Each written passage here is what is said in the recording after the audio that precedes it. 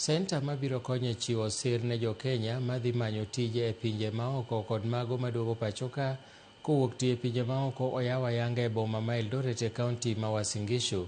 Kaluwore kod Director mar National Employment Authority Edith Okoki, chenro michiwo e senta no biro konyo e neno ni jo-Kenya oyudo tije mabeyo kendo ng'eyo kit tije ma gidhi timo e pinje maoko.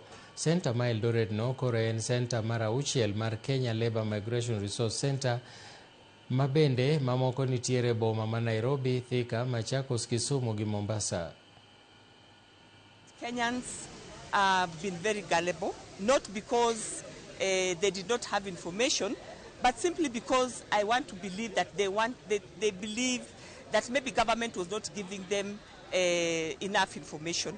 And that's why we are here to give you information, so that you now go with those agencies that are recognized. Kindly visit any of our offices. You can also call our toll-free line so that we can give you information on the right agency to use. Access to information is critical for the protection of migrant workers, and the ILO has been working on migration since its inception in 1919 on the protection of migrant workers. And the centers will be one of the ways to support the migrants to access information, because if the migrants do have the information, they wouldn't put themselves at risk in the hands of traffickers. This is an eye-opener from NEA and the government at large, that they're giving opportunity to the members of the public to know those approved agencies, approved traveling agencies, also employment agencies for ethical recruitment in this region.